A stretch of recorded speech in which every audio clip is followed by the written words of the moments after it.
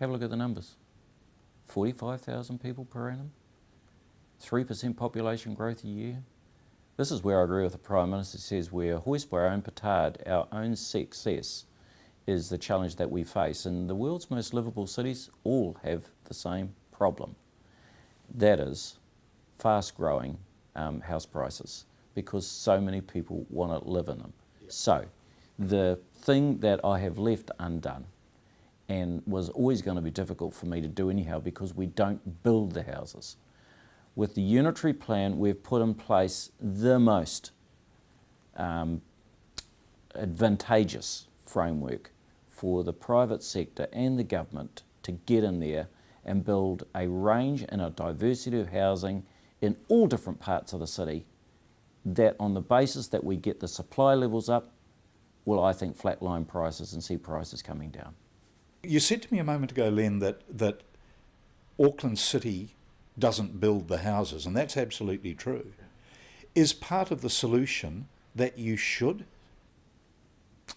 That's a really tough one because you just couldn't go out there and build 10 or 100. We would need to build as a city council, as we did when we built housing for the elderly villages in the 60s. We would need to build 2,000 or 3,000 at least a year, and the cost of that would be extreme and would absolutely blow our debt levels. And I don't think that Aucklanders, in any way, fashion or form, would support that type of initiative. So the supply has got to come from central either, government yep, and the private sector. And or what we call the third sector, which is, the likes of the Housing Foundation, Monte Cecilia, Salvation Army, these new developmental groups coming out of the charitable sector who are looking to build, and the fourth sector, Māori.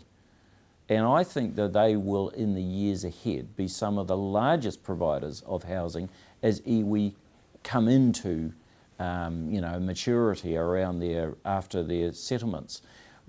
But the thing that I've recognised in my role here, and I think that Aucklanders are now getting the hang of, is that I'm not the Minister of Housing. I don't have the statutory brief.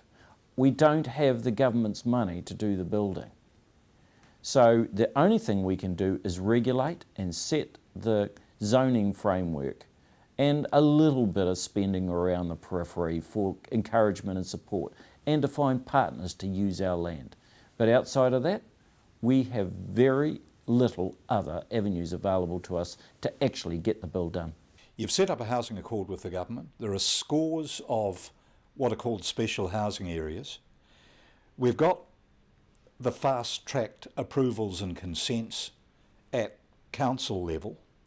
We've cut through a lot of red tape. More than 1,000 hectares of land has been freed up for housing, and still we can't seem to get more than a trickle of houses built. So the issue's not with the council, is it? We're at about 9,500, 10,000 houses a year at the moment, and so we're increasing our house supply by about 20% a year. But to really achieve the types of numbers, which is 14,000, 15,000 houses a year, whether they're apartments or whether they're detached houses, is irrelevant. We need that sort of house supply. We are constrained in terms of the number of sparkies, plumbers and chippies are available to go on our work sites. We only have one serious provider for our building supplies, and so there are a number of other continuing constraints on how many houses we can actually build in Auckland. But for our part, we have done what I think is about as much as we possibly can to provide the right environment to actually get the private sector, the third sector and anyone else in to build those houses that are required. Putting your hand on your heart, is the goal of a home for every Aucklander realistically achievable? Yeah, it is, but it really requires a very, very clear and strong focus at governmental level. It would require a level of collaboration across all the sectors, and it might require one or two very large-scale international builders to come in here and to really start operating at scale.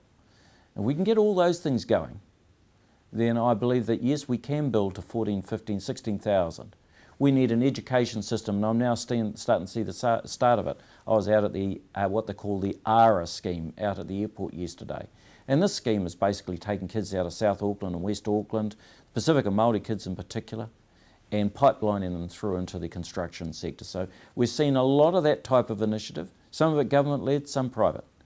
So we get all of that pipeline, trade pipeline, together with the right types of partnerships going, yes, we can absolutely do that, because then you'll start to supply property and houses across the whole broad range of options and opportunities. The last thing I would say is that we need to broaden the types of ownership. In Singapore recently, 94% of Singapore homes are owned by their government, and they long-term lease back to their citizens at 99% leases, 99-year leases rather.